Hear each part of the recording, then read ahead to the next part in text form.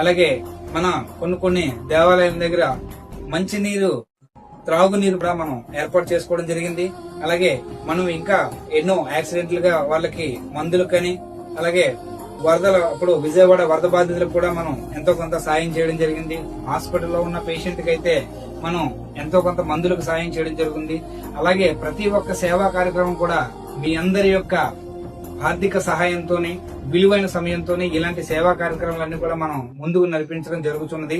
అలాగే మీ అందరి యొక్క విలువైన సమయాన్ని కేటాయించి ఈ యొక్క మన ఊరు మన వంతు సేవ charitable Shankar foundation eye hospital వారిచే కంటి వైద్య పరీక్షలు చేయించడము, అలాగే ఓమ్ని హార్టీ హాస్పిటల్ వారిచే జనరల్ మెడికల్ క్యాంపులు పెట్టించడం, అలాగే అనేక హాస్పిటల్స్ తో మనం పేద ప్రజలకు వైద్య సేవలు అందించాలని ఎన్నో వైద్య శిబిరాలను కూడా ఏర్పాటు చేయడం, ప్రతి ఒక్కటి కూడా ఎన్నో సేవా కార్యక్రమాలు మనందరం కూడా చేయడం జరుగుతుంది. అలాగే గవర్నమెంట్ స్కూళ్ళకైతేనేమి, ప్రైవేట్ స్కూళ్ళకైతేనేమి ఫస్ట్ ఎయిడ్ బాక్సులని మన ఊరు మన వంతు సేవ సభ్యులందరికీ శుభోదయం. మనం చేస్తున్న సేవా కార్యక్రమంలో భాగంగా ఎన్నో సేవా కార్యక్రమాలను మనం జరిపించడం జరుగుతుంది. మీ అందరి యొక్క ఆర్థిక సహాయంతో, మీ అందరి యొక్క విలువైన సమయంతో ఈ యొక్క సేవా కార్యక్రమాలన్నీ కూడా ముందుకు నడిపించడం జరుగుతున్నది.